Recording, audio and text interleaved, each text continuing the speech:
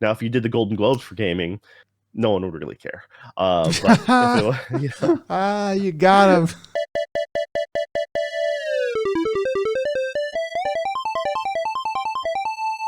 Hello and welcome to another Dead Pixel.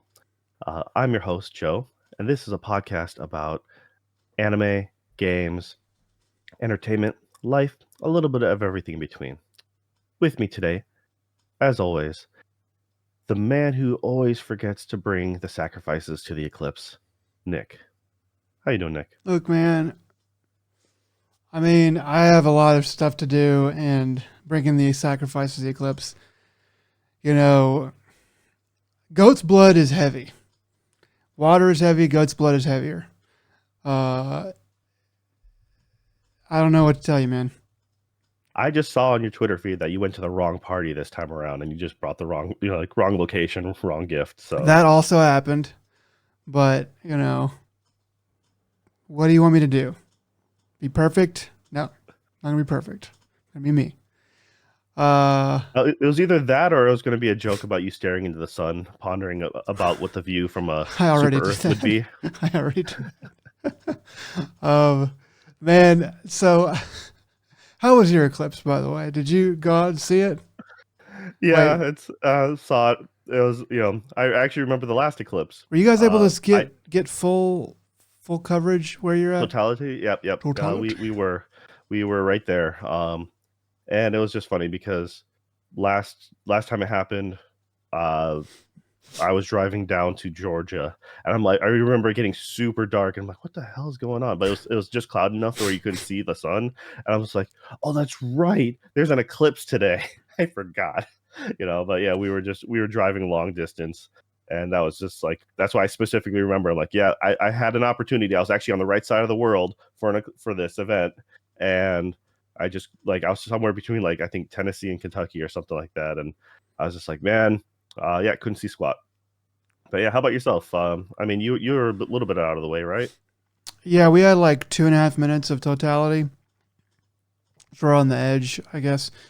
It was cloudy and rainy, um, but the clouds kind of parted a little bit just as totality was happening. So that was cool.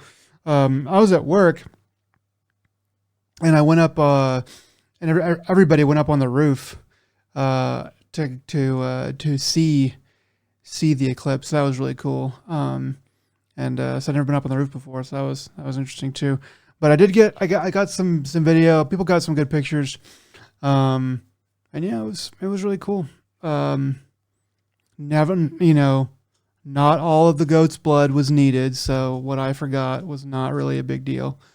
But Just add it to the Kool-Aid. Yeah.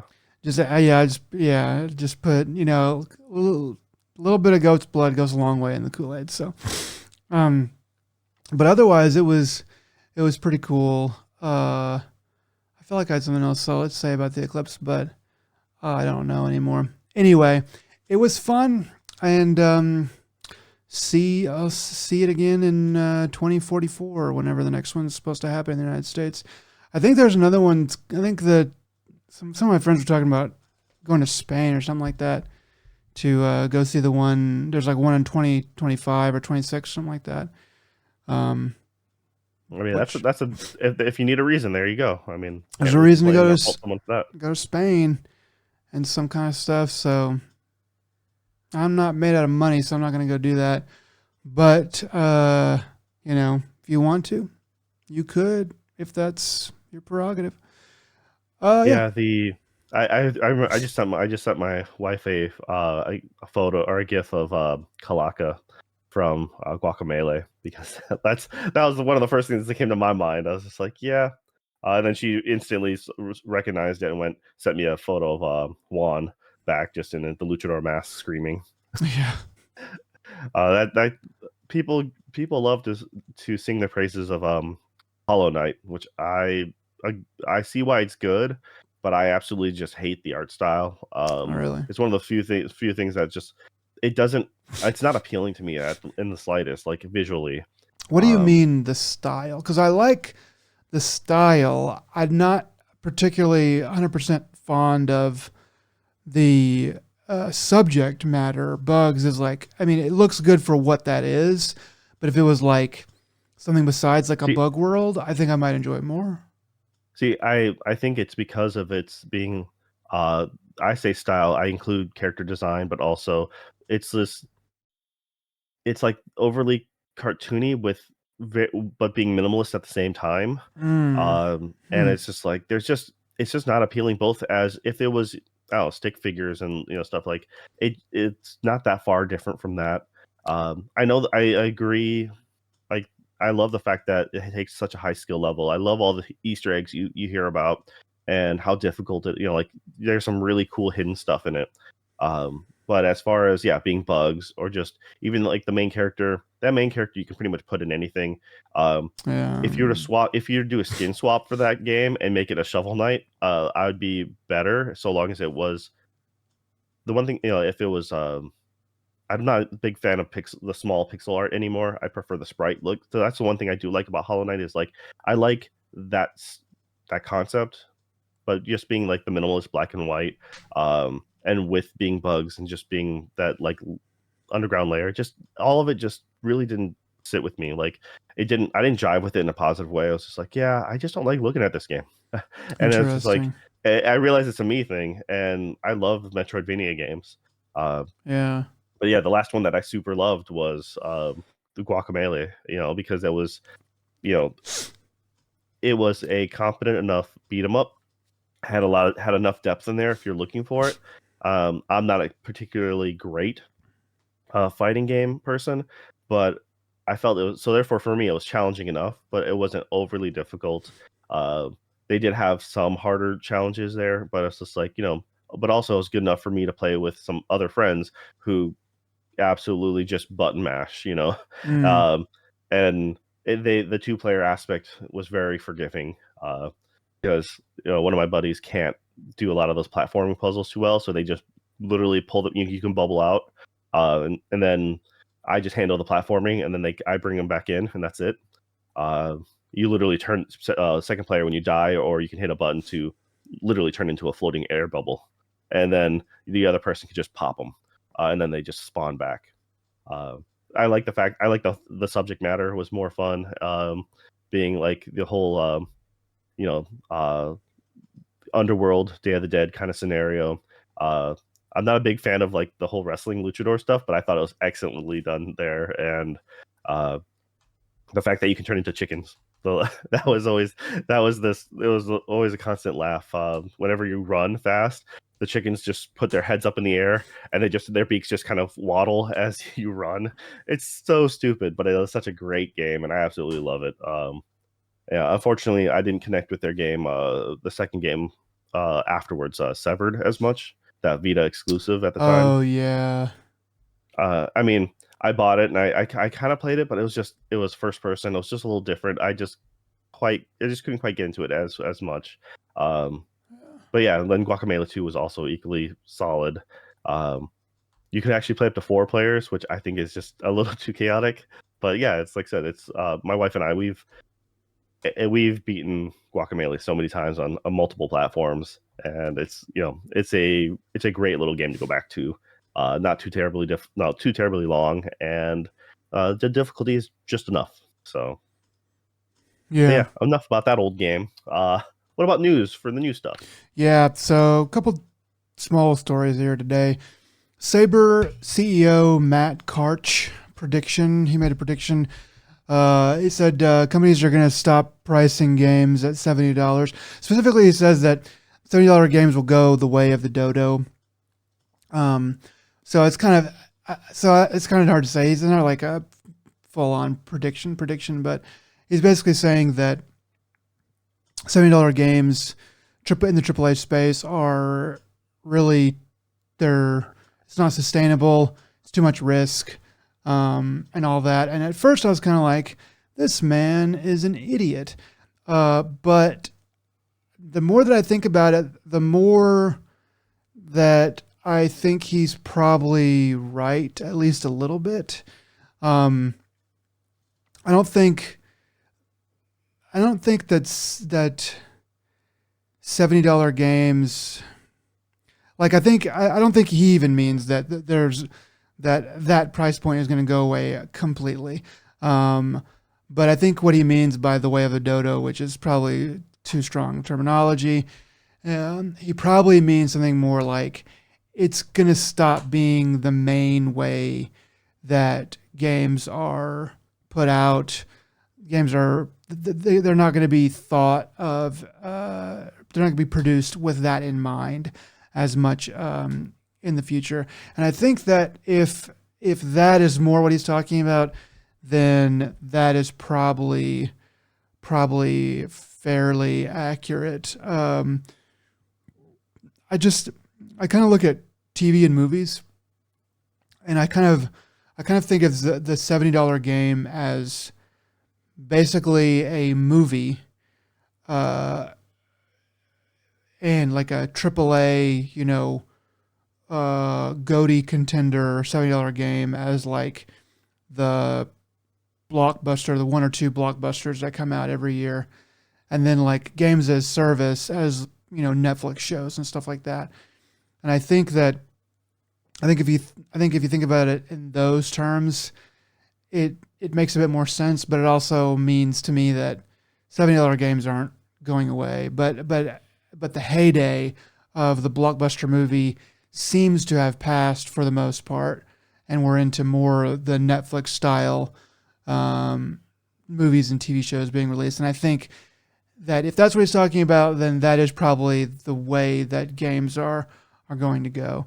So I wanted to kind of report that, but also I wanted to see what you thought about that. Do you think that $70 games are going to kind of remain, I guess, the dominant or the main thing? If you can even say they're dominant now, or like, what do you think is going to happen with game Well, they're pricing? not dominant right now because I mean, uh, I can see it not going too well for the AAA space because, as we've seen, even a quadruple A game such as Skull and Bones, who came out at that You're right. $70 price, so that's what the $70 price tag is for, is those quadruple A titles, um, and obviously people, it has to be a stellar game for you to want to come in at that price.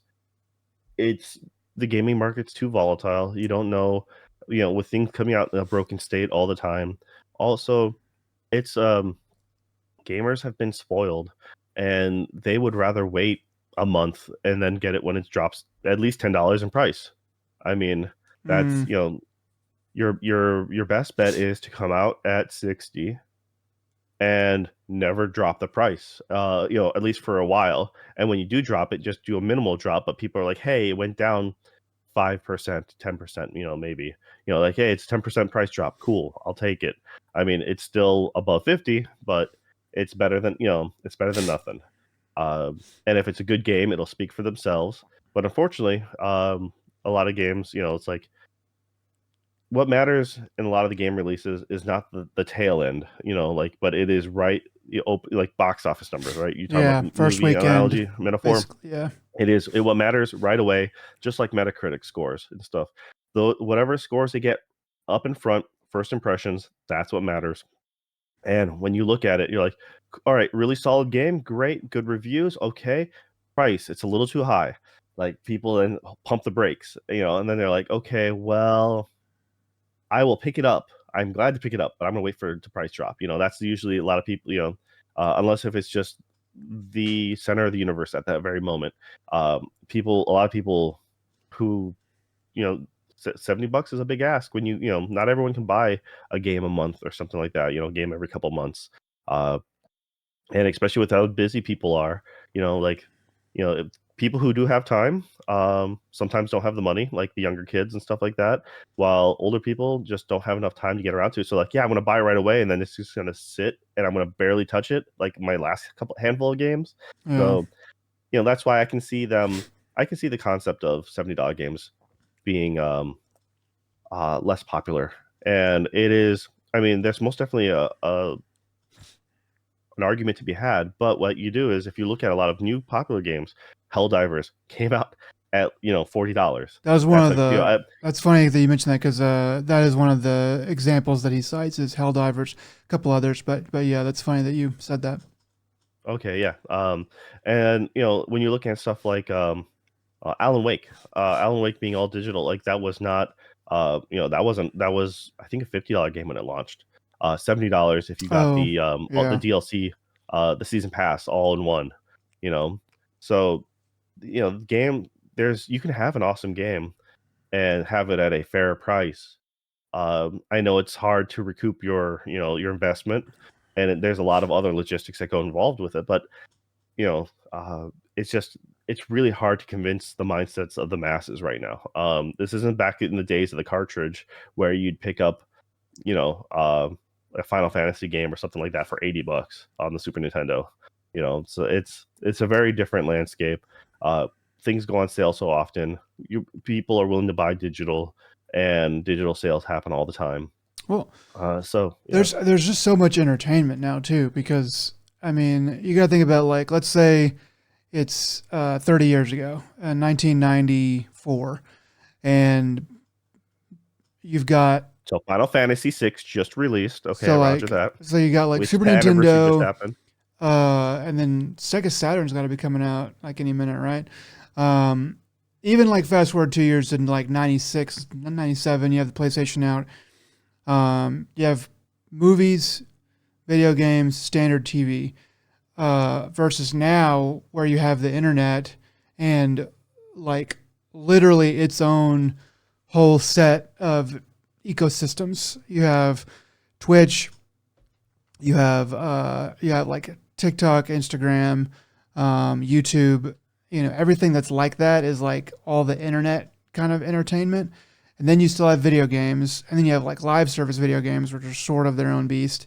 And then you've got regular TV still and regular movies, and you have uh, Netflix and all those things, which I guess you could kind of bundle in with that. But there's just so much that you would really have to. I mean, like even pro streamers don't have enough time to play to like 50, 60% completion all of the games that are good. They could maybe fit in all the great games in a year, but all the games that are good, there's just not enough. So yeah, so that's another like point to this guy, Matt Karch, um, because there's so much competition for your attention, and it's pretty dang good competition that $70 price point even you know uh, is a lot for anybody, because like anybody that has the means to just go out and do that, without a birthday or being like a rich kid or whatever, um, they're just not going to have the time to usually to like, oh, new game came out that I'm pretty interested in, but not like do or die interested in.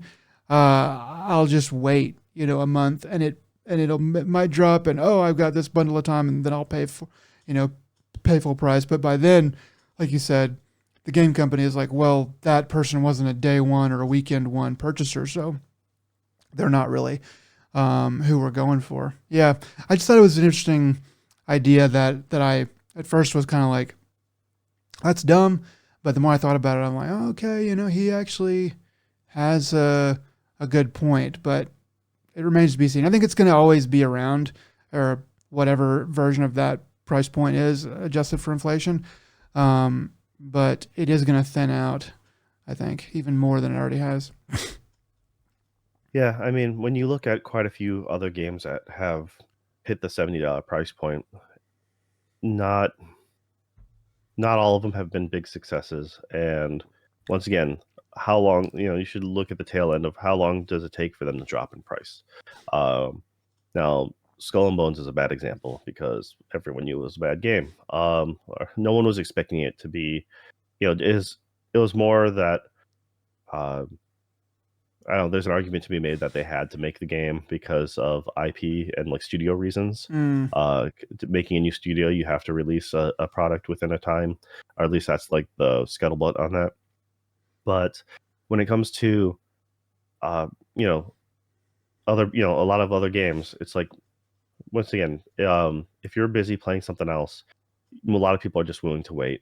Um, And those who aren't, I mean, yeah, you'll get them, but you're better off coming out at 60. I think 70 is fair, but we all as a community, we all understand that development time takes longer. It's harder to make games, especially if you don't want the studio to suffer crunch, because you can't have it both ways. You can't have them take their time and then expect them to come out on the cheap I because they mean, have to recoup their losses somehow. games are cheaper than they have ever been, even at the $70 price point, because you have to look at inflation. Like in the 90s and especially the 80s, like adjusted for inflation, games would be like a single game that doesn't even take 10 hours to beat or whatever would be like over $100. Um, so like $70, yeah, it seems like a lot, but really, because it's like, well, games were like $40 back in the day, $50. Sometimes games were like 60 or 80 bucks, or like between 60 and $80, like in the 80s, and that was a huge amount of money back then. I mean, you got to think when gas is like under a dollar a gallon, sometimes 50 cents a gallon. Um, that's when those games were like being sold, and it's just so $70. It's I mean it's a lot. I mean it's a lot to spend on, frivolous nonsense. Which don't kid yourself if you don't think games are frivolous nonsense, but but like it still pales in comparison to what that there used to be, and especially if you have like if you have like Epic, like if you have a PC and you have Epic, you get fucking free games, all the time. So um, it's just one of those Yeah, things. I mean, it's one of those things that people look at the price of entertainment differently. A lot of people are willing to spend, the $20 or whatever to go see an IMAX, movie. And, then you're looking at for only a couple hours of entertainment. And then if you compare that to, a base video game, even the shorter games that are like 12 hours, that's still a heck of a value when you're comparing it to something like that. Um, Now, each person perceives their entertainment quality differently, but especially having spent time overseas in Japan, they look at it all the luxury things of entertainment on a far different price point. When you're buying a DVD, just a normal movie DVD for like $60. I mean, like I've seen Blu-rays, just standard Blu-rays, not like a special edition, collector's edition, nothing like that. Just standard Blu-rays going from all the way up to $100. And it's just Yeah. like, and when like I can order that from America, for plus shipping for less than 30. Like that's insane. It's just what they do. I mean, uh, they look at video game stuff as a luxury, for the video games, movies, all that stuff as a luxury thing, and therefore you can pay that luxury tax. Hmm. Um, it was very jarring when I first experienced that for sure. But then you go to a video rental store and you can rent music CDs there, and I'm like, all right, I'm just going to rent this stack of CDs, and I'm just going to go ahead and copy them because It's that's what I'm going to do. Um, yeah. like, but they completely allow that, but then they won't allow their stuff on like a lot of streaming services, or they won't do like they still have a hard time with the US market, like trying to get like into Apple or anything like that, because they want to keep all their stuff closed ecosystem. They want to maintain all the profits for themselves. Um, Stuff like that. It's jarring to say the least. And here, with these games, I'm like, you only have so many options. I think live service games right now, the climate that they're in is really bad. I mean, that's why the idea of um, Remedy, they got Control IP back, and they're doing this Operation Condor. I'm like, wait, like it's like this live service game that's you've been planning for years now. Granted, but like, oh, that's gonna. I can't really see a future where that releases and it makes money. Not Yeah. really. I mean, the whole goal of a live service game is to catch a whale. But when you look at stuff, a lot of current live service games, I mean, Well, they're not doing so hot. I mean, you can make jokes about like the Suicide Squad game, but that kind of is also much like Skull and Bones, a destined to fail from the start type of scenario. But I feel that is a good example of the just the overall volatile climate of like Well, I think service games. that studios can, should, and probably do look at creating a live service game um, like playing the lottery. It's actually stupid for you to not buy a lottery ticket because it's like an insignificant amount of money uh, to your bottom line, and the upside is that you would win so much money that money would never be a problem for you, your family, for probably like 10 generations if you managed it properly. So like, so I think that game companies, especially ones with some extra money to throw around, which I'm not really sure if Remedy fits in that category, but ones with a little bit of extra money to throw around. So we have this idea. It can be a live service game. So let's go ahead and give it a try. And even if it's a complete failure,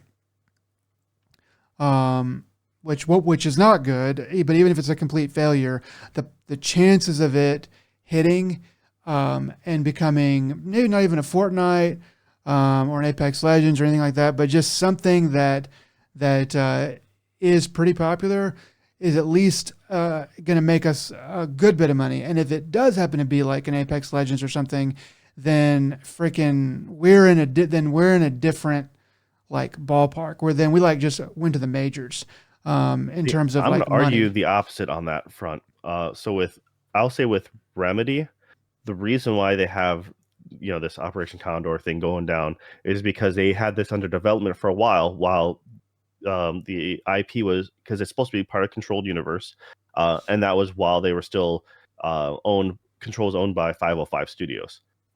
So therefore, they're not fronting the budget. They have the IP now, and they're like, hey, guess what?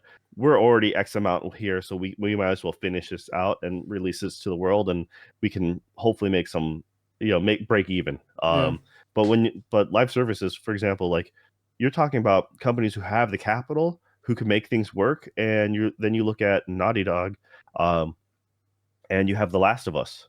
Um, they canceled their factions, DLC or the multiplayer stuff for The Last of Us Part Two. That had a huge cult following in for the very first game. For when it first came out, it was like it was different enough, but those who got into it really got into it. I mean, and I think they would have been a good enough fan base just based off of people's passion for The for Last of like Us. how highly spoken it was. Because it was either I never played it at all, or the most of those who did play it meant, yeah, it was really good. It had something there. It was different. It was like it wasn't your normal run and gun. And they even looked at the numbers and went like, no, we're bailing. We've promised this for years. They literally came out with the opening marketing for this. It was from day one, pretty much was almost day one. They was promised for a very long time, and they're like, you know what? We would rather suffer the wrath and disappointment of our fans than release this thing. Which is really odd because you think with their type of that type of company, they'd be able to come out, and even if it was just mediocre, that it would just still turn something. But I mean, one of the few companies who do, I think, a better model for a lot of companies that which this can't be done by everyone. But when you look at oh goodness, I think it's Techland. They do Dying Light, I believe. Mm, Uh, so what they do is they release the game. The game will then eventually get cheaper. But as they continue to support the game, they come out with more and more substantial DLC packs. Uh, and you could have bought the season pass early on, but because they're continuing to support their game in such a substantial way and giving huge like story content and other gameplay mechanics, then they're like, yeah, you know what, the base game, we're upping the base price. Like mm, because now you're getting the whole package. We're giving you the Game of the Year edition, as it were, complete but we have edition. so much more in there that you're. Yeah, Uh, this is the 1. By the time you're done, it's like this is a 1.5 version or a 2.0, like complete like yeah. overhaul. They've pretty much made another game, or expanded They've the added another primary game's game. worth of content, as it were. Yeah, Yeah. yeah. I'm just saying that like, and that's that's another way to do it. I think that the reason why Naughty Dog canceled that stuff is sometimes stuff just doesn't come together. Sometimes it's like this is not good. It's not really going to work. It's going to hurt our image more than it's going to help. And other companies might be like, it's still worth taking that shot. But you know, but Naughty Dog is Naughty Dog, and they have a very high reputation to uphold. Whereas Remedy, not is a great company, but they're not at that Naughty Dog level. At least not up until Alan Wake 2, because maybe after Alan Wake 2, you never know. But that would be a reason why a company would be like, oh, okay, well, maybe we will take a shot at this. People that like us are kind of ride or die. People that don't like us, we're never really going to, get into this game or the next one anyway. Whereas Naughty Dog is like, people that hate us still play our games. People that hate us still buy our games. So we can't afford to go out on a limb with those people, because they'll have a reason to dog us, and then others will, no pun intended, and then others will follow suit. So, I mean, it's a little bit all over the place, but I'm just saying I understand why companies sometimes feel like they have to go for it on those. Yeah, I mean, but at the same time, you can just release your game confidently, and choose to, like I said, choose to move on. And moving on, just like Baldur's Gate, how they ended up making their base game, and they're like, we're done after they came. But you have some new news for them, right? Yeah, this I thought was kind of interesting. Baldur's Gate. This is coming from Kotaku. According to them, Baldur's Gate becomes first to win every major GOTY award. So the ones that they list is let's see, Golden Joystick, the Game Awards, Dice Awards, Game Developer Choice Awards, and then finally the one that just happened is the BAFTAs. I think that's it. Yeah, the BAFTAs. So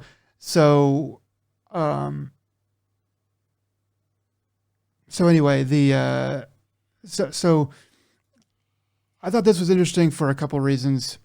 First of all, I've been waiting and kind of hoping for something like this to develop. Do you know what a Grand Slam is in tennis or golf? No, but I'm assuming you're talking something similar to a Triple Crown for horse racing. Yeah, like a Triple Crown for horse racing. So basically, there hasn't been there's not like a singular body that decides like what the actual best game of the year is. Sort of the way there is like an Academy Awards, which is argued, but like that's sort of like, well, in 100 years, that's what they'll look back on. So I've been kind of waiting for something like that to develop for games, but it doesn't seem like that's going to happen, at least not in the near future.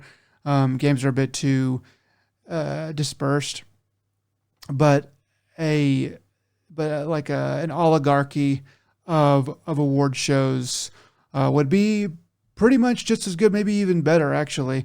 And anyway, so I thought it was interesting that Baldur's Gate is the first to kind of win all these major awards. And it depends on if these awards will actually hold as much prestige into the future. But also, I was kind of reading. I was kind of reading through this, and I was like, well, why is this like the first time that it's happened? And because I was thinking, Elden Ring, or maybe Breath of the Wild or something like that. Like what's going on? Just not that necessarily should, but like that's like a big game that everyone was like losing their mind over back in 2017.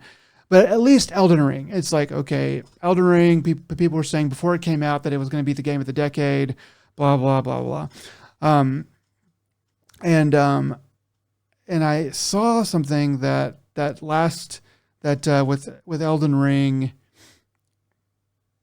that it almost took home all 5 awards until the BAFTAs picked the roguelike Vampire Survivors as its winner. And I'm kind of like, okay, BAFTAs. I love Vampire Survivors. Not as much as you do, Joe, but I love it. It's a great game. It's an amazing game in many, many, many, many ways. Um, but if there's any objectivity in game criticism, I think that Elden Ring, on a purely objective, uh, in a purely objective race, is is a better game than Vampire Survivors.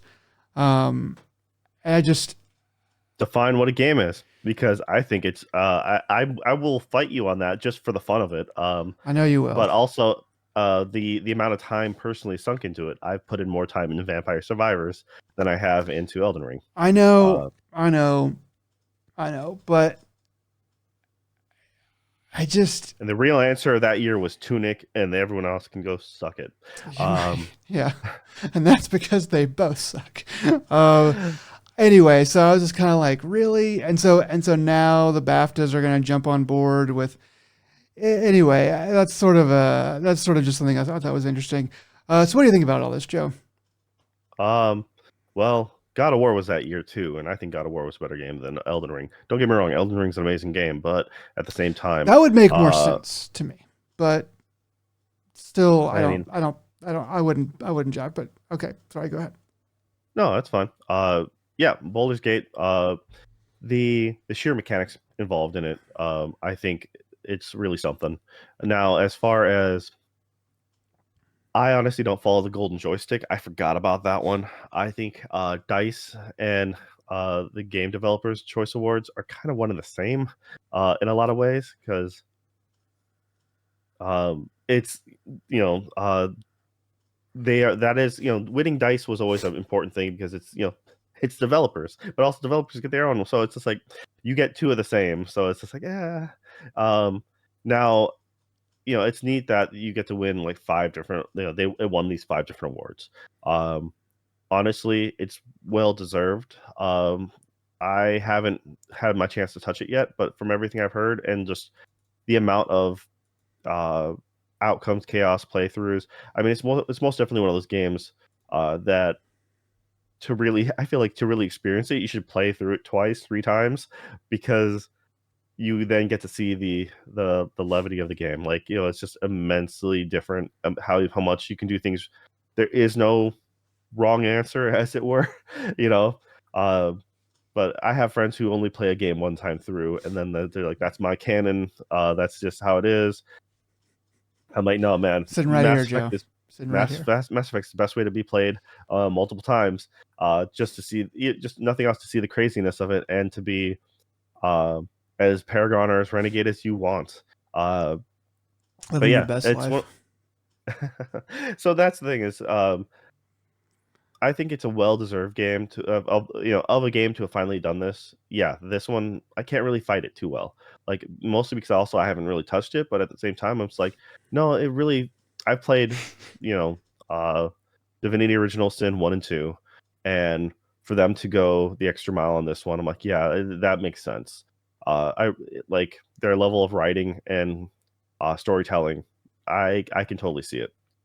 And now, as honestly, when you have years like Breath of the Wild or Elden Ring, I'm like, I can also see other really good contenders to stop it, to not be a clean sweep, as it were.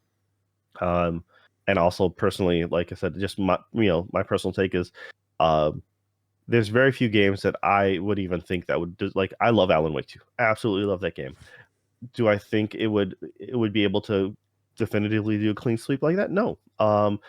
There is flaws to it, and there's arguments to be had, and despite how as much as I love that game, doesn't mean I won't criticize it. Yeah. And so, uh, the only thing you really have to say really against Baldur's Gate is if, like, I don't like RPGs, I hate story. Like, if you are only an arcade kind of fun person, that would most definitely then be going for If, Vampire Survivor. if you're a you Dan, know, if you're a Dan Reichert, like Dan Reichert divides games into two categories: dewy games and reedy games, and he doesn't like reedy games. He likes dewy games. Like reedy games would be any game where you read very much at all. Um, I don't know. I which I I I understand. don't I understand that. have. I understand. There's times when I start to play a game and they throw a bunch of text at me. I'm like, man, F off. Come on, get me into the game. Let me read some stuff later. Not that that can't be fun, but but anyway, it's just kind of a go ahead, go on. I'm done. All right. Well, like I said, as far as Baldur's Gate goes, I mean, it's well deserved. At least it's Yeah, finally been done. But I never saw this as a 5 crown event.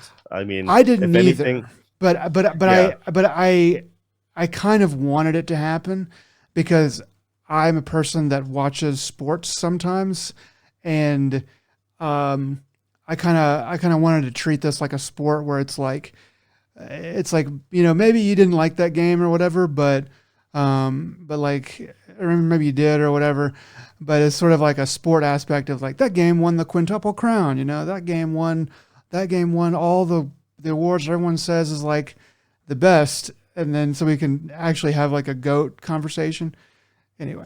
yeah. I mean, no, for sure. I always looked at it as, more or less video game awards. Love them or hate them, it's still very important, very popular, and it's a needed thing to have because it's the closest thing we'd have like to an Oscars, and so Yeah, it to be taken serious as a medium, you kind of need it.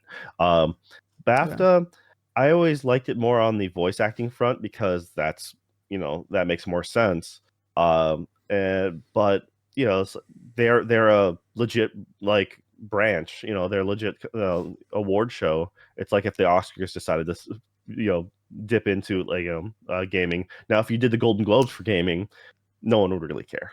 But if it was, ah, you got him. it's kind of true though. I mean, it is. And like I said, it's one of the game developers. Either the Game Developer Awards or Dice. Dice is always, in my opinion, was always the bigger thing. But maybe I just don't know. I'm not on the development side, but I always thought uh, Dice was where you got judged.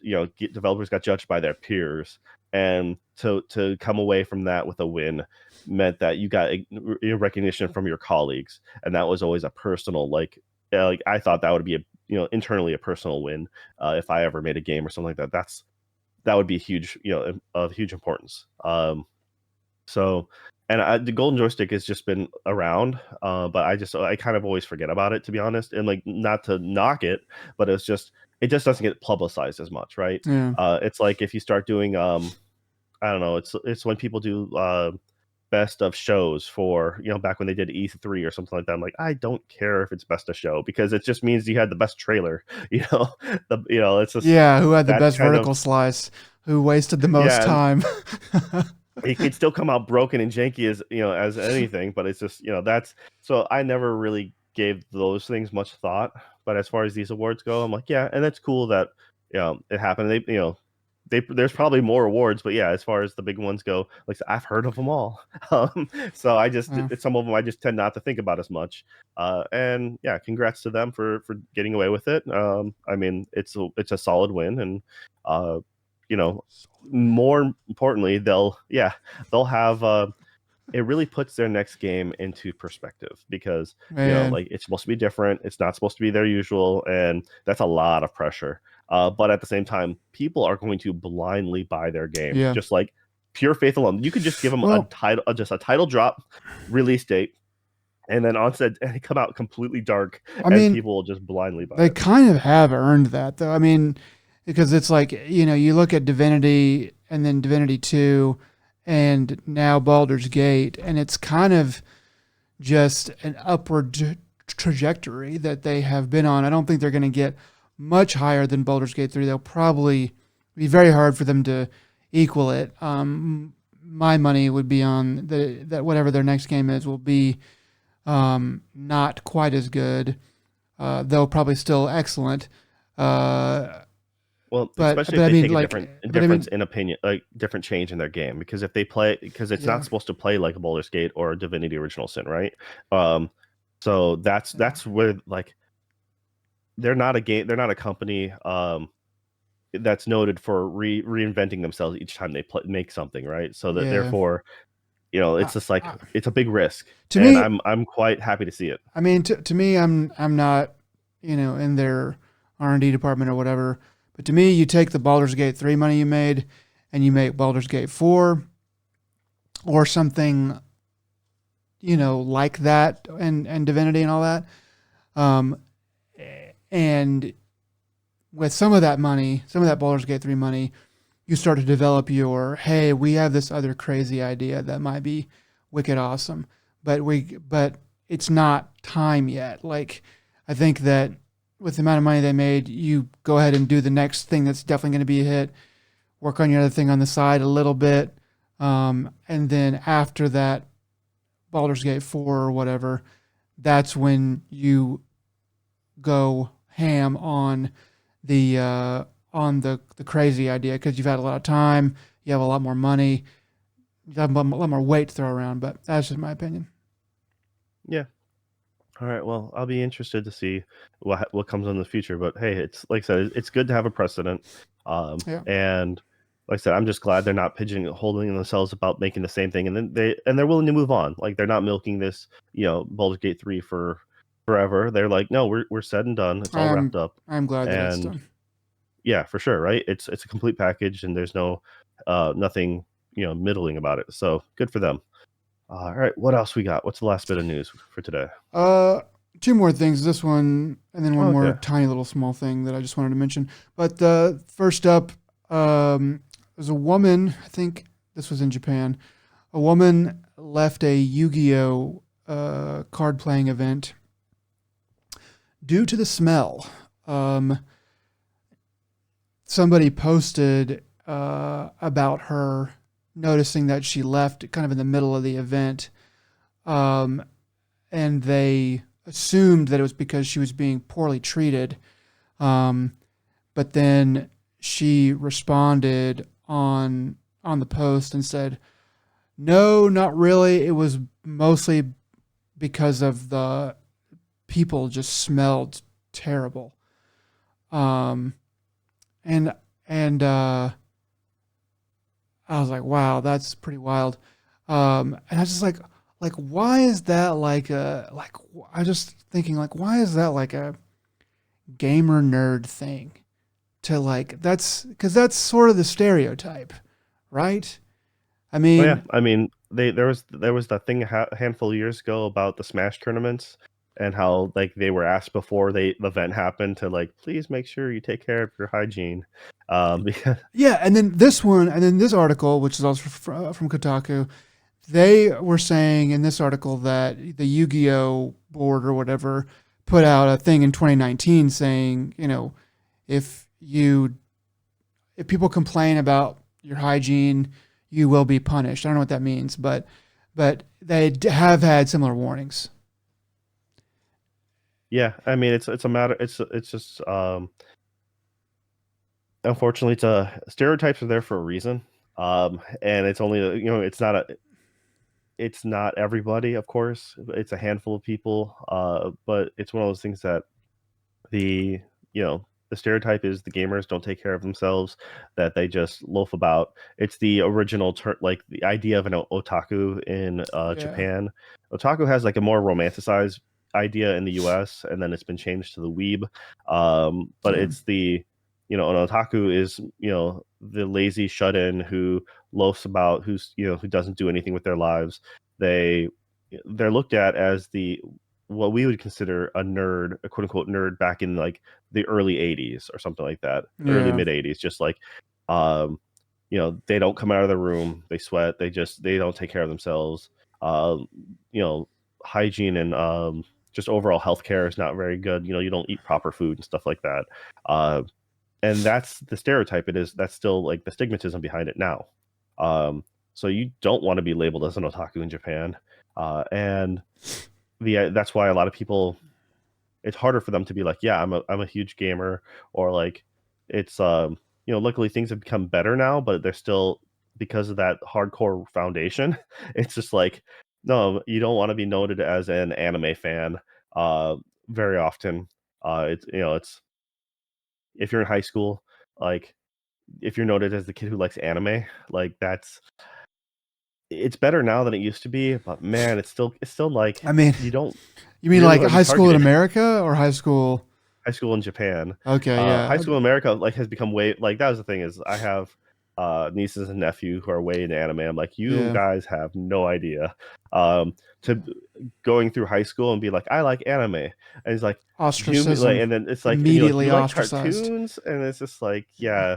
It's like the thing, like the drawings with the people with the really deformed eyes, and like, it's Yes, I mean now it's dang near mainstream. Oh, it is. Pretty I mean, much. when you can go to any major store and buy like shirts, and like I said, my mind, I would have never imagined as a kid going to like a Walmart, Target, or any store, like, and just being able to see like anime shirts and video game shirts just about, or being able to buy like Mario like version of Legos essentially, like at a toy store or something like that. That's insane. And it's pretty much okay. Like it's more okay than it's ever been, which is great.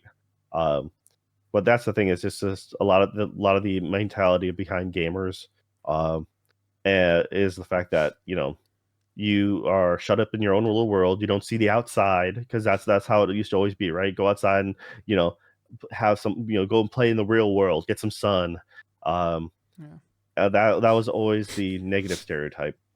And now, of course, you can socialize with people all over the world, and you can have a decent social life while still playing games. You can have friends that you can hang out with, and have like decent conversation with. Not to, a lot of Yeah. the stuff gets masked behind a bunch of Twitch shooters and hate and stuff like that Mm, behind chats. But you can actually have, like, gaming for me was a good outlet with staying connected to my friends in America while I was overseas. I yeah. mean, so yeah, there's still a lot of good communities out there. I'm Unfortunately, a handful of bad people are like, and you gotta look at depending on the type of game or the type of scenario, the people who are into that type of scene. But yeah, there's, like I said, a handful of people really make the situation bad. But like the Smash Brothers is the key one that always comes to mind. Was like, you have a certain demographic of people who show up, and for an over weekend thing, and they're too busy having fun, and they don't take care of themselves too well. It's like, dude. yeah, I mean a bunch of people in a closed space. the level of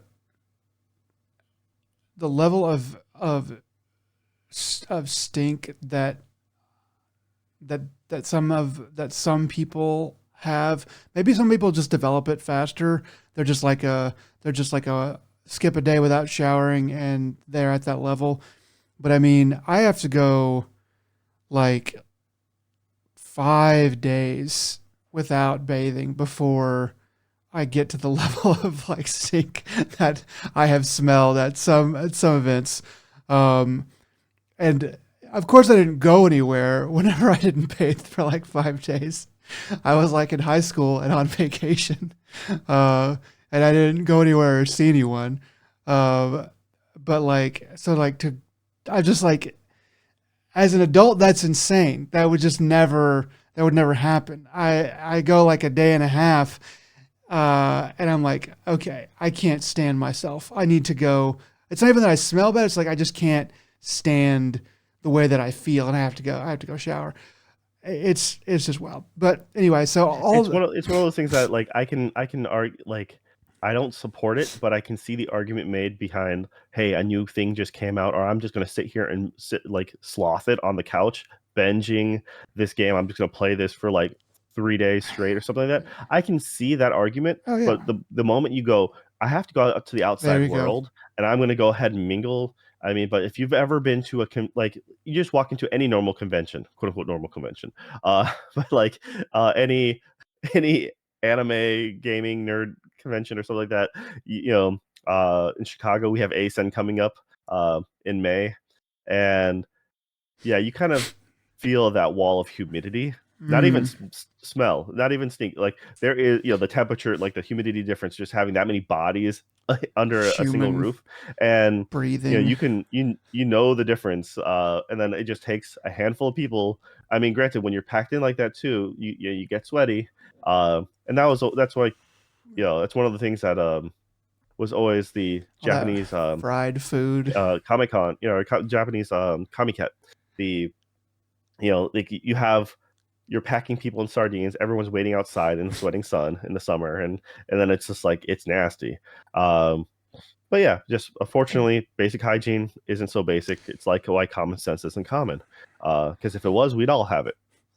So it's Yeah, unfortunate, and the old it does. the old George Carlin joke. Think about how stupid the average person is. Now think about how health people are stupider than that. Yeah, it's there's truth behind that. All So right. that's a little Well, PSA. Wash up before you go. Just wash up. yeah. I mean, it's just like if you're not mingling with people, I mean, do your own thing, but you should still probably clean up every now and then. Just But for sure, when you go out to meet other people, do everyone the common courtesy. Uh, yeah. all right. Last quick thing. I saw that Stellar Blade, that the demo is quite popular, doing pretty well. Um, and the game maker, one of the creators, is like, "Take it easy on us on the demo, guys. Don't be too mean." I don't know if anybody is, but I just thought it was funny slash interesting that they were begging for mercy.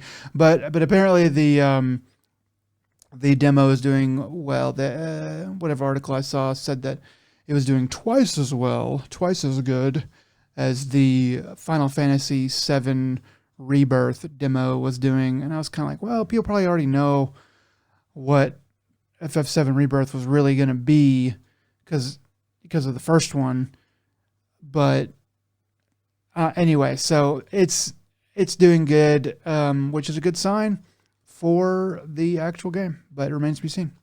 Anyway, that Yeah. was one I other mean, thing. well, one of the things is the Final Fantasy. At least um, you got to complete the storylines, some of the story missions, and when you actually played the real game, you could skip said story section. So you're already actually playing part of the game as well. So that was one of the conveniences of Final Fantasy. But yeah, Stellar Blade. Uh, Honestly, it's if you like anything like it's very much paying homage kind of to like Near, and I mean from everything I've seen, I haven't heard anything really complaining about other than those who have problems with the visual aesthetic. But other than that, it's The visual uh, aesthetic. I'm sure there'll be mods out there for all kinds of stuff like that. Oh my Um, gosh, the I mean, mods. I'm waiting for We're not going to talk about the mods. the Nick mocap mod. This, Skin overlay. this is a family podcast, Joe. You can't be talking about those kind of mods. Anyway, that's it. Okay. Well, good for them too for getting some positive attention. I mean, honestly, it'll be good to see a new studio come out and hopefully do well. I mean, we'll obviously hear about if it goes down in flames, but there's yeah, you want new companies to succeed, right? So, Yeah. all right. Well, what have you been playing, sir? What have we been playing is the better question. We played a little bit of that old Helldivers 2. Um, you got it from the library. I got it from Target and joined up on the old PlayStation 5 and played a good little bit. It's fun. It's good. It's a good fun game. Um, it's well put together. I enjoyed shooting aliens. Um, Objectives, were nice. I never really bored. Never a dull moment. We did get confused one time, but we still managed to. Yeah, went to the second objective first. Yeah, Yeah, so I didn't. had to learn Yeah, the hard way. we were both unfamiliar with the fact that we needed one thing to get to the other. So I blame the developers on that one. That's their fault, not ours. But because we're both pro gamers, so of course we would know. But anyway, besides that, um, very fun game so far. Looking forward to playing some more of it. Hopefully this evening or very soon. Um, and yeah, I'm enjoying it quite a bit. Joe, what did you think of Helldivers 2 so far? Yeah, it's a solid sequel. I mean, uh, it's visually it's great. It's still just as fun and chaotic as the original. Uh, the original had its own charm because of the isometric, top down look.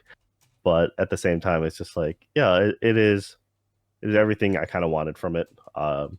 They really they really know how to make fun of themselves and of the world, and they do a good job hamming it up in the best possible way. So yeah, most definitely looking forward to playing more. We only really got to play against the bugs, as it were. We did not get a chance to go against the machines because Mm. the server or like the group we were on, like the machines were done. Like those missions were all wiped off the map. Oh yeah, I didn't So realize that. so But they yeah, you're right. reset. They end up resetting them after so long after you complete so much, and yeah, it's I it's the company they're getting a well deserved praise, and it's good to see, especially for what seemed like such a um like I feel like a lot of people forgot about that original game, and it happened to be there at the right time, right place for me and my friends. We were literally playing out of a hotel at the time because we had just moved to the Chicago area, Yeah. and we happened to be like, "Hey, we have this game," and it was perfect. It's good enough to play two people on one console, and then over their crappy hotel internet, play with a buddy in a different state. Because So that that was was a yeah. PS4 game, right? Yeah, it was PS4. I think it could have been a Vita title as I well. had it on Vita, Um, so I thought it was just a Vita game. But then I was like, wait, no, it was also a PS4 game. More, it was probably more a PS4 game. But okay, yeah, yeah, I played it on Vita. So that's pretty wild. But yeah, okay. yeah, because it was originally it was a PS3 title. And that's what I played it Oh, on. okay. Um, yeah, well, I think it was originally PS3. I think we ended up playing it on PS4 as well. But that was the thing is you were able to play multiplayer one screen, and that was the first thing my wife asked is like, "Can you play two player on this one on like share it because we only have one PS5?" I'm like, "Nope, it's third person, can't do it." Oh Uh, yeah, you know, yeah. most That third person games can't, not yeah. since the days of like Halo and Gears, way back. Nope. Uh, Now everybody has their own TV, like y- Ray Bradbury predicted. well, that was the thing. That's just despite that, that's actually one of the reasons why I do like digital. I buy digital because if I buy a second console, I can then share my games over, and I only have to buy one copy of the game of most games, and that's how we played Monster Hunter. I mean, Yeah. two PS4s, one copy of Monster Hunter. I got plenty of hours out of it, and most definitely paid for itself, hands down. And it's people like me, or why games need to go up to $70. Yeah. Yeah. $70 something Uh, you don't even own. I mean, I, just taking the money right out of the developers' mouths. I guess that's They can't feed their children. yeah. Uh, Um, all right. I mentioned a little bit last podcast, but I ended up I was playing Spider-Man 2, and since then I have platinum Spider-Man 2. Uh, it's how is relatively how is the how is it? platinum on that? Is that it? Does, if you already platinumed it, it can't be that tedious. It can't be like near replicant tedious, right? Oh heck no. I was sick in the head for doing that one, but I did it anyways. No, this one was real easy. In fact, I think all right. I love Insomniac games, but this is by far their weakest title in my opinion in Really? a long while. Oh. Like for all the handful of recent games, I had a lot of like I would say it's a good 7.5. Um, Mm. like it's good. I would recommend it. But there's just enough with the story and the gameplay that there's just a lot of stuff that I feel like they dropped the ball. With the idea of going bigger and grander, they kind of lost a lot in between, and it doesn't quite hit all the marks. Mainly because their last two Spider-Man games, for example, Spider-Man and then Miles Morales, uh, were so full, like they were complete. I didn't have any. I mentioned last time I had some technical issues. The game like stopped working for me and stuff like that, and I had never had any of those issues with the previous games. I platinumed both. Uh, the story aspects to the games, there's just a lot of weird plot holes and just weird things in between Hmm. that I understand why you do certain things. I just don't agree with it. Um, and so trying not to do too many like I'm gonna avoid the spoilers. Um, but essentially it's like, oh, the way they do boss battles in this, they try to make the boss battles more epic, and what they do is they make you replay the same boss battle like 3 times for every boss, darn near. You literally get their health down, and then a little tiny, but it's an excuse for them to banter back and forth and try to have this dramatic talking and trying to like, emotional scenes, and then a little micro cutscene happens, and the next thing you know, they're back at the enemy's back at full health, and then you gotta get them back down, and then they're back at full health again, and this happens so very often, and it just makes you hate boss fights. There's a like, I don't know, they're from the trailers, that Venom is there, Hmm. um, and so there's it has to do with symbiotes and stuff like that, and uh, they go places with it, but at the same time, I just feel like this game I feel like it's the easiest one so far. I just played it on normal. I played the other ones on normal too, um, and because of those boss battles, I like like they when you finish it, you can unlock a new difficulty. You can do new game plus, and I'm like, no, I'm not going to touch that. I don't even want to, like not with a 10-foot pole. Um, the Hang on a second. there's just yeah, You played the first one, right? Did you platinum Spider-Man 1? I platinum both Spider-Man 1 and Miles. Oh, okay. So, where would you? So you said this is like 7.5. Where would you put the others on that scale? Well, I honestly think I think Spider-Man, the original Spider-Man, Marvel Spider-Man game, was probably like an 8.5 or a 9. Okay. Like I don't I So a don't little really better. there's no game in my brain that I can think of that's a solid 10. Um Now I think that when you play Spider-Man, the original Marvel Spider-Man, I think some of the big things are also the DLC. Um the DLCs were pretty solid as a whole, though some of it might get tedious as well, because that's some of the combat does, the enemies get tankier. You just need to use more gadgets and use your full arsenal a little bit better. I feel like your combat was just overall more fleshed out in the original game. I feel like they streamlined it in this one. Um, the You should know, like that's the thing is my a friend of mine had played and beat Marvel Spider-Man 2, and they're like, "Who is this character?" I'm like, They played the first game, but they didn't." I'm like, "It's that one character from the first game." They're like, "But why are they this way?" I'm like, "DLC. You didn't touch the DLC, did you?" He's like, "Nope." And like, so you didn't get to see that character arc progression. It's like they explain certain things. I'm like, well, part of the reason, like in Miles, they played Miles as well. I'm like, well, you know, there was a character in the first game that was from the fake country of like Sokovia, and that's why Peter leaves in like the beginning of Miles Morales, story arc. That's because he's going off with to do photography work with, and then MJ's doing a story out there, and apparently for what the few months that she was gone, she comes back as you know, a combat ready person because she was this helpless damsel in the first one. She was the stealth missions in the first game, which a lot of people didn't like. I didn't mind it. It wasn't bad. It wasn't like great, but there wasn't enough of them to be like I feel like it got a lot of undue animosity and like people are just dogging it. I'm like, no, dude, it's fine. She's a civilian. Yeah, it's a different style gameplay. Some people don't like it, whatever. But in this one, they're like, no, she spent a few months over there. They do a one liner saying she got trained by the person from the first game, um, and now she's able to like just haze people left and right, and she can stealth her way into like the situation. I'm like, that seems kind of stupid, but whatever. Yeah, I mean, I understand you're trying to make her not a damsel in distress. You're trying to make her an actual strong character. I'm like, okay, great character progression. but it still seems kind of silly. But to prove that she's also more hardcore, she now rides a motorcycle.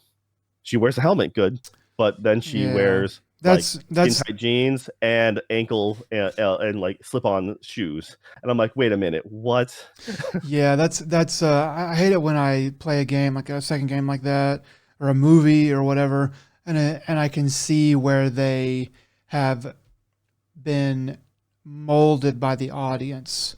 While they're like, well, we should, well, the audience is saying this, so we're gonna change our character. And there is some of that kind of needs to happen, maybe, but that's like it sounds like an overcorrection to me. Well, now she's now you're just now it's almost like you're mocking me. It's not what they're meaning to do, but it is kind of like now you're just pandering to me.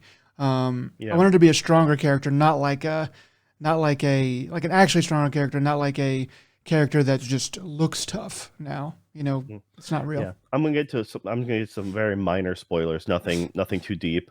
It's just you know, uh, MJ works for the Daily Bugle, and Jameson takes over. He literally comes back into the rain.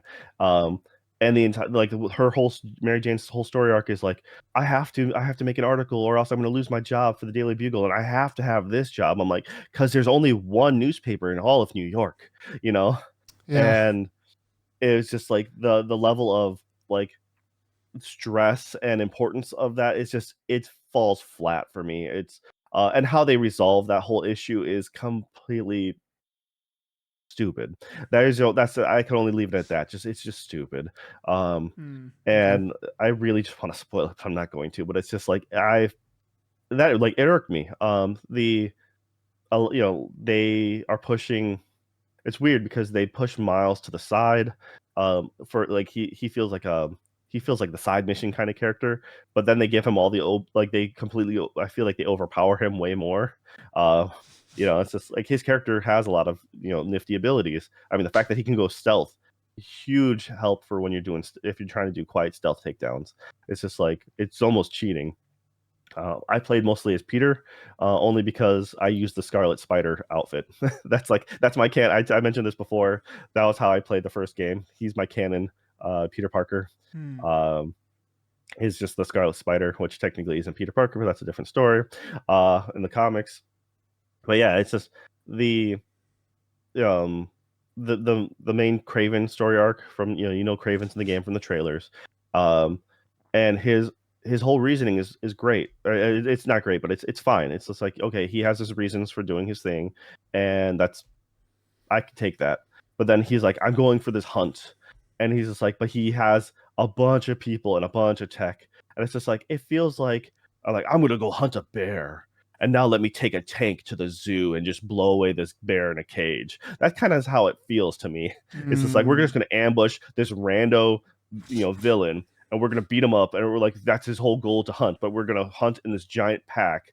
But in the end, Craven gets to do the deed. But I'm like, yeah, is it really winning? Like it's like are you really like What's the successful at your sport thing? at You know, this when you're just yeah it's I just get you. it's kind of like it's always like I always found it funny in any superhero thing or like Power Rangers or Sentai thing where it's just like, hey, there's five of us heroes and we're gonna beat up on the one bad guy. Yeah. you know, like that is that really now if it was five bad guys on one hero, you'd be like, oh, you guys are so bad, you can't even fight one on one. But no, it's okay for the good guys to dog bad guy and like, but that's kind of how Yeah. it is. It's like a bunch of villains are going against one person, and it's just like and then trying to be like noble about it, I guess, or something. It's just like, all right. Um, it's just they do a lot of, they handle the symbiote thing well. I mean, everyone's seen Spider-Man 3, and if you have, and that's the movie, and it's better than that. So it's like you don't have to worry. It's not as cringy as the dance scene. You don't remember Oh, that's if you don't Spider-Man remember, that's 3. fine. I was thinking of Yeah. the new Spider-Man 3. But yeah, Oh yeah, yeah. I was No, like no, that movie's all not talking right. about That the. was pretty good, man. But No, I'm sorry. I'm talking about was it Sam Raimi? So actual yeah, Spider-Man 3, not Spider-Man Impossible Home or Going Home or whatever. whatever, something home. Yeah. Some kind of home thing. No Way Home. That's So it. yeah, Anyway, okay, yeah, I got you. I got you. And Uh, that's, like I said, it's a good game. The mechanics, it's more fun to travel than it's ever been. I mean, they really okay. do have a good. It's good to swing. It's good to the gliding mechanics are really nice. Yeah. Um, I I just feel though that they dropped the ball on enough of other things, and I'd like to talk more about it, but I that would literally get into legit spoiler territory. But like So mechanics and like fighting and all that stuff. I mean, aside from the setups of how long boss battles take, but like the moment to moment punching and stuff, all that stuff's pretty cool still, or better, or whatever. yeah, it's equal to better in some ways. You know, and I think that you know they minimize a lot of the noise in the world so that they don't give you as much to do, especially right away. Um, and so it made it really simple there. Like we were gonna pop up a new mini, these little mini game or little mini missions around the map, and so the little side things. And I'm like, okay, I quick knock them all out of the way, pop my achievement. Okay, I'm done with those. I get whatever upgrade materials I need from that, and play a couple more story missions, and boom, they unlock a new thing all over the city. And so then I'll quick knock those out. And yeah, I feel like those were a lot easier. I feel like there's more base hideouts in the original Spider-Man, and that did take more effort. So that might have gotten tedious, and maybe they maybe overcorrected too much. But you can go to like Fisk's hideout and do in the original game, Marvel Spider-Man, and you can take out like the upper layer with stealth.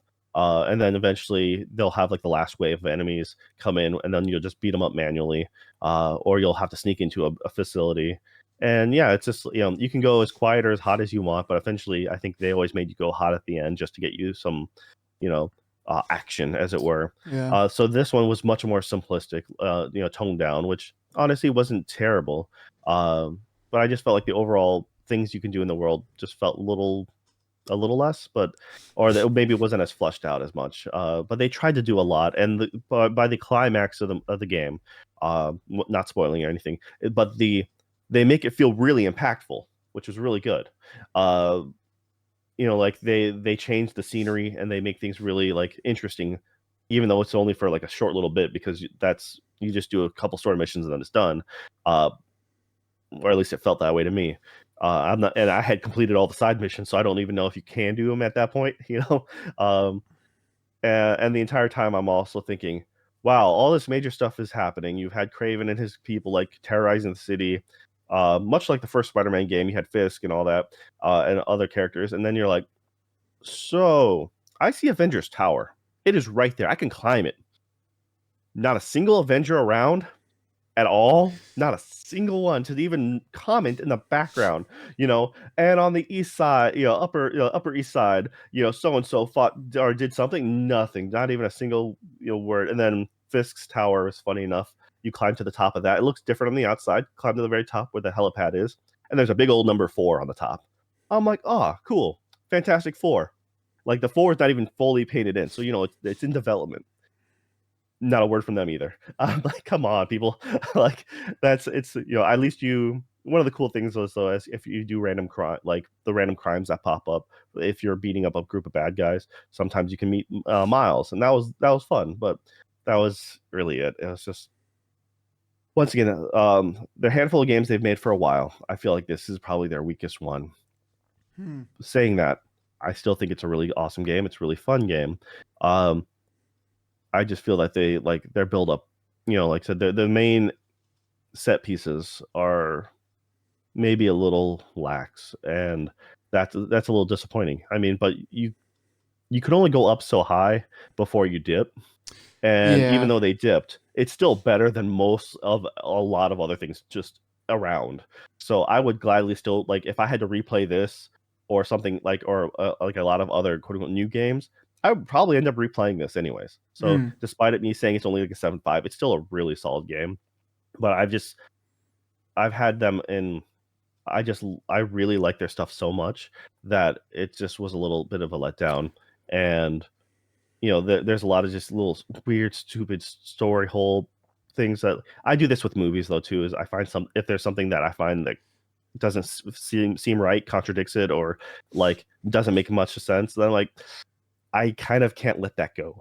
It just Yeah, bothers me. especially in the Um, moment. Like in the moment, it's a little bit easier in a movie because it only lasts 2 hours, whereas a game, you're going to have several sessions of multiple hours, at a time. And so, like, once you notice something, it is hard to let that go.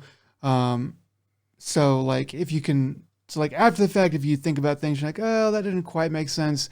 That's not so bad. But when you're playing or watching a movie or whatever, and you notice something like that, it is like, this kind of ruins the rest of it. And in a game, that can go for quite a while.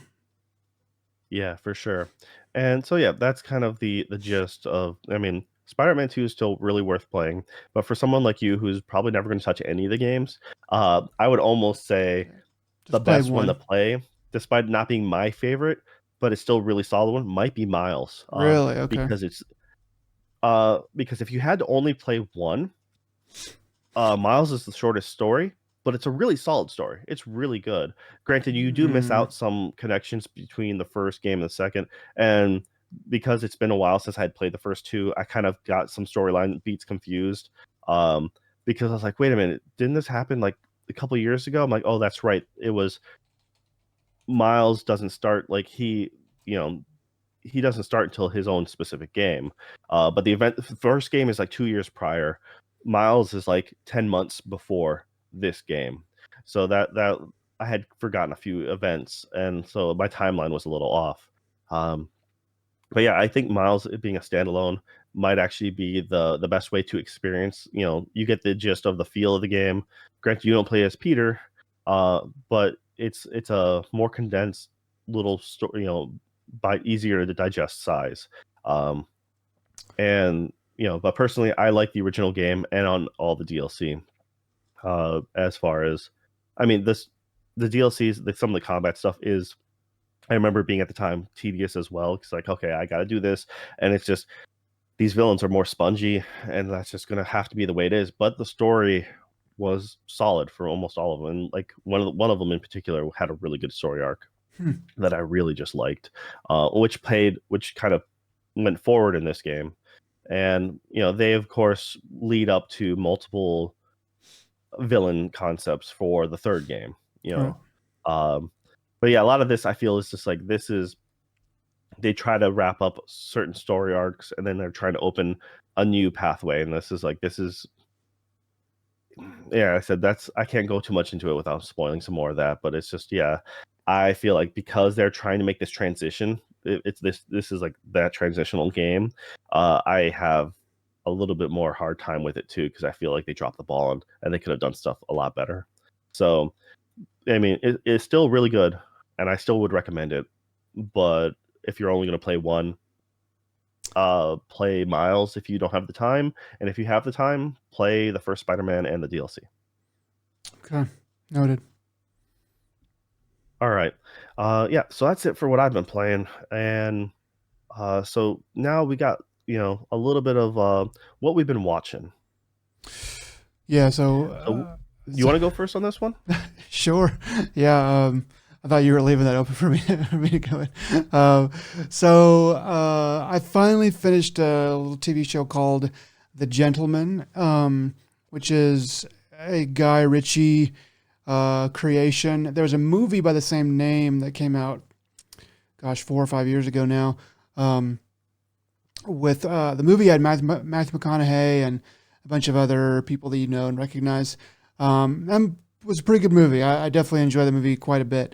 So whenever I saw the TV show, which aired on Netflix, uh, you know, be announced, I was like, it was called The Gentleman, and it had, oh gosh, his name escapes me, but it had um, Gus from Breaking Bad, whose name is Carlos Esposito. It had Carlos Esposito on the cover, and I was like, huh, they're using him, and it has the same name as that movie that I saw years ago. And anyway, like I did some digging, I was like, oh, it's the same concept. So basically, it is it's um, it's a Guy Ritchie movie. Um, and that is, if you don't know what that means, then you're gonna have to go watch some of his other movies. Um, because of the way that he films stuff. But essentially, it is about the British Mafia, which most of his work tends to kind of center on. And in this particular case, it is about an old aristocratic family when they have gotten involved with having a marijuana farm underneath their property, and they are being paid essentially to just let the farm be there. So the beginning of the show is the son comes back from basically his peacekeeping mission or whatever, and he comes into this, finds the stuff out, and sort of takes over what's going on there. And he didn't know what was going on there, so he's like, well, we got to get out of this. I don't want to be involved with this anymore. And hijinks ensue, and that's the whole 8-episode arc is what he does trying to get out of that situation. So pretty good show. Feels very much like a Guy Ritchie movie, in that it's got quite a bit of comedy, quite a bit of like kind of stupid stuff that happens that also still kind of makes sense. A lot of cool characters. So is he directing this as well? No, not all of the episodes, at least. When the show pops up, the credits roll at the beginning, it says created by Guy Ritchie. So I didn't stick around and pay attention to who directed every single episode, but it seems that he's not directing all of them, and that's the only reason I can think of why they would say that. But it is something that, as far as I can tell, he had a strong influence on, because it feels exactly like a regular Guy Ritchie movie. So either someone's emulating him very well with all that, or he has just extensive notes or whatever. But it does work in that way. So, the roles are played well, moves well, high production value, probably a little bit of skimping on some action sequences, maybe in 1 or 2 episodes, especially, hate to say a little bit of spoilers, in the last episode I was expecting a really big action sequence, and there was not one, but it's not that it didn't make sense. It was just like they kind of dipped out a little bit there. It's like, okay. But production costs, limitations. Yeah, you never know. But yeah, so it does end in a semi-satisfying way here in this first season. I do think there will probably be a second season. So did they complete the movie story arc already then in those 8 episodes? So I guess I should kind of explain that. So the movie, The Gentleman, is a similar idea, but it's different. So that plot synopsis I described earlier is, really just the show. In the movie, there's that they are using, spoilers for that, but they are using a aristocratic family's land, and they're growing marijuana underneath it, but they're not. But like Matthew McConaughey's character is the one running the show, and he wants to be, and someone is trying to steal it from him and trying to kill like his people. So that movie has a kind of a slimmer plot where it's like just gangster against gangster. So it's a bit more straightforward in that way. Whereas this is more about someone like a fish out of water, or someone who's involved in a situation that they don't want to be in, and how they try to get out of that. So it is a little bit different. So yeah, but overall very good.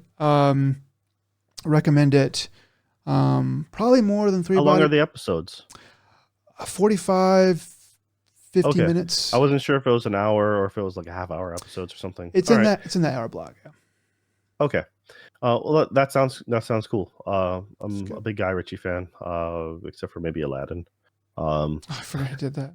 Yeah. Anyway, yeah, very good. Very good. but no, it's all right for sure. Unfortunately, don't have Netflix anymore, but one day I'll get around to watching it. But I can hope. Uh, It's worthwhile. all right, uh, all right. So, new season anime still popping off, new episodes of new things. Uh, I'm just gonna list down some quick first impressions of some stuff. Um, and yeah, because like a lot of the stuff is too early to tell. So there's one called Astro Note. I've only seen episode one. Episode two just dropped like the other day. Um, yeah, this is a wild trip. It's a '90s ass anime that like set in the modern. It's super weird to. It's one of those things that everything about it, from the art style to the comedy and the characters, it's like it screams '90s. Um, but like with modern color and like it's really just a weird thing to watch. It's okay so far. It's funny, but also it's just really jarring. So it's one of those, you got to watch it just to see what it's about. Um, it's up to you to continue on, but I tell everyone, just watch episode one, like Hmm. just to see. Just to Yeah, it's experience it. really something.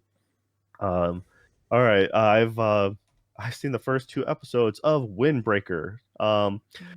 Stupid name. So it's such a stupid name. But it's, if you like Yeah, we were talking about this the for a idea, second. yeah, if you like a story of like a bunch of high school kids fighting because school gangs, and to see who's top dog, then I guess this is your cup of tea. I mean, I don't mind stuff like this, but I also like it when it's set as a period piece. This is all like modern times, which is the big pill to swallow, because this stuff doesn't happen anymore. But if you set this in like the mid '80s or even early '90s, you can see, like, you can do the mental gymnastics to make it work in your brain. Because there was an anime a little while ago, Tokyo Raven, where a guy goes back in the past, and it's all about gang fights and stuff in high schools. And um, I stopped watching it because I just ended up seeing so much hate for the source material, how like they dropped the ball and it was not worth it. So I'm like, okay, well, if everyone seems to be really meh about the ending of that series, so I just kind of gave up. Hmm. Um, but like something like the old manga or slash old anime Kyokare Orewa, which is like two thug kids in the '80s or '90s, like just fighting and like fighting other people because they're punks. Today, you But no, and this me, or him and me, or something like that. Kyo and then Kare. it's this Yeah. Kyo Kare Orewa. Yeah. Hmm. So but this one is just like, new kid moves to town. He happens to have two-tone hair, half white, half black, and he has two colored eyes, and he gets made fun of a lot growing up, and everyone thinks he's gross because of that. And so he's fought his way all his life, and now he's going to high school, and he's in a town. He goes to a school with a bunch of kids who fight, and he wants to be top dog. But turns out that school protects their local neighborhoods from other punk kids who like cause like havoc. Um, Really weird to be set in a modern setting. That's just the weird part. But because he helps out the neighborhood, and like everyone thanks him, and he's not used to being thanked or accepted, and it's like he's very bashful because of it. But he wants to, said, fight his way in high school, and it's okay so far. It's just there, if you want to watch like, if you're gonna give me a stupid fighting anime, at least, I don't know, like, make it silly and take it serious, like Hmm. Bento. If you want us to watch a stupid bunch of high school kids fighting for a stupid reason, have them fight over half price like bento lunches at the end of the day of the convenience store. Yeah. That's the. Bento Yeah. is super great for being super stupid. That actually It, sounds pretty good. oh yeah, it's like it's up there with the self seriousness of like Keijo. It's Hmm. just Yeah. yeah, the fact that you take something so ridiculous and you play it straight is amazing. So this one, the characters might seem likable. It's more, I don't know, we'll see how it goes. one of the other ones I've recently watched is Grandpa and Grandma Turn Young Again. Yeah. So I thought this was going to be like a grandma and grandpa getting isekai'd or something like that, reincarnation type Yeah. bit. But they're like, no, they happen to own a like an apple orchard, and like the old uh apple tree that they planted for their like wedding.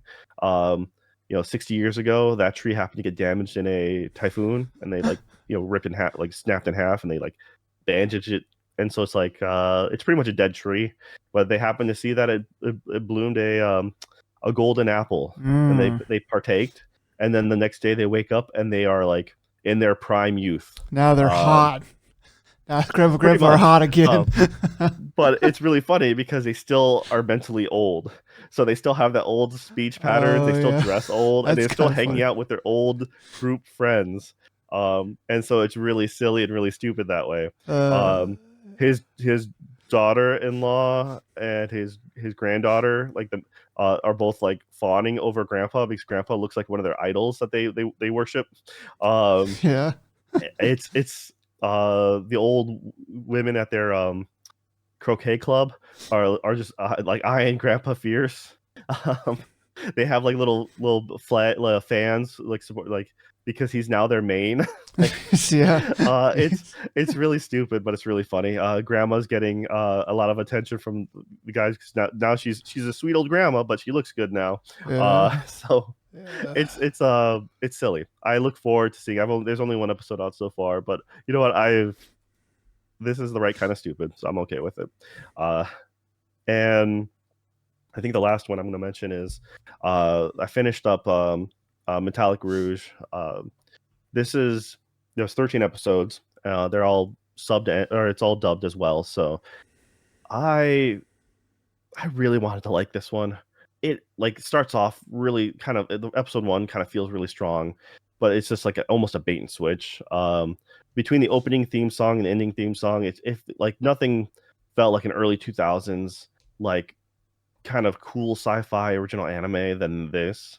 Um, it really like, but I feel like they start off really strong, and you think you kind of get your mindset going off like this. The character is going to be like this, and then by like episode two or three, like they mentally regress, and you're Mm. like, oh, you are not the way I thought. You almost feel like it's going to be like a kind of a spiritually adjacent like neighbor to like a Cowboy Bebop or something because it's very serious, very harsh tone, very sci-fi, very cool world building that they have set up, and then they kind of reel everything back way too far. Um, but it has a neat, the concept of like machines that are self-aware, uh, throw in the Asimov code so they can't harm humans. Throw in the fact it's just a metaphor. Like the whole anime is a metaphor for slave labor, because it's just blunt. It's blunt. Like these machines are being made, and to die and like terraform Venus. I think it is. Mm. Um, there's they throw in like an alien race, but it's just like the characters. There was just I don't know. They they go off on more of a silly or um you expect them to have a serious tone, but they end up coming off more comical. The main mastermind villain, when they eventually show that person, I figured them out within the first couple times. After like the second or third time I saw them, I figured them out, and I really hated the way they portrayed them because it's like life's a play, and we're setting up a theater, and it's a show, and it's just like over. It's like over dramatic just to be dramatic, and it's just like it feels like I feel like it's just going for the lowest hanging fruit of what like drama or what like a serious tone should be. And they should have just like the very first episode feels very much darker. Feels like it doesn't, but not in a dark, like overly brooding way. Like I said, it felt, but it was just like everything else just ended up being way too comically lighthearted and nothing. And the serious moments just didn't feel as impactful as just like, yeah. So this is more of a PSA. Like it's a neat watch, but once again, it's compared to what you get from the like, it's not as good as one would hope. And so I'm like, you know what, you can just avoid this one. I mean, if you Mm. watch it, you watch it. It's not bad, but also It's not one you have to you can. watch though. I would, yeah. I mean, I would say you're better off spending your time with another piece of sci-fi for sure. Yeah. So, yeah. But on that sour note, if you made it this far, we appreciate it. You know, this has been another Dead Pixel, episode 71. And Nick, what are the words of wisdom you have for people today? Staring into the sun, not that bad. All right. I was also thinking about trying to make a Blister in the Sun reference for you too as an opening intro. Just thought that'd be great. Okay. But all right, guys. Thanks again, and until next time, y'all take it easy. Bye.